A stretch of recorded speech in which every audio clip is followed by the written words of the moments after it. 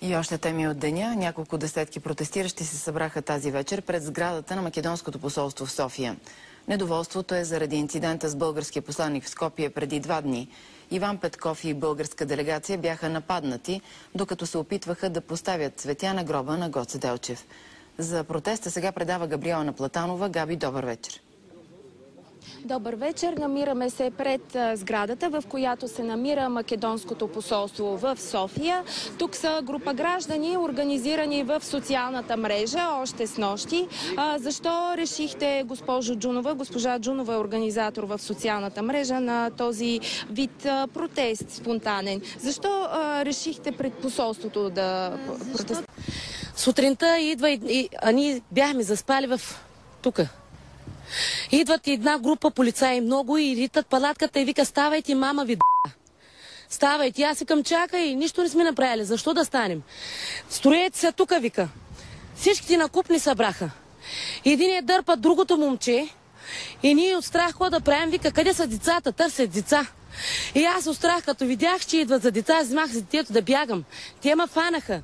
И като ме шимнаха един умрук тука и паднах на земята. Ето виж, окото ми е посиняно тука. Ей, тук ме удариха, много ме биха.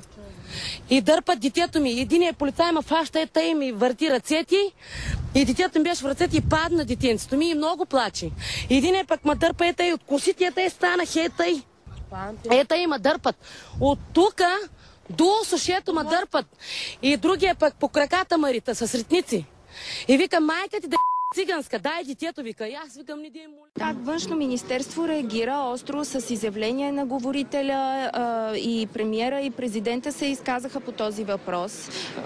Все пак... И тия сутринта много рано ни фанаха на палатката, как спими, и казвам: ставайте, мамичката ви циганска.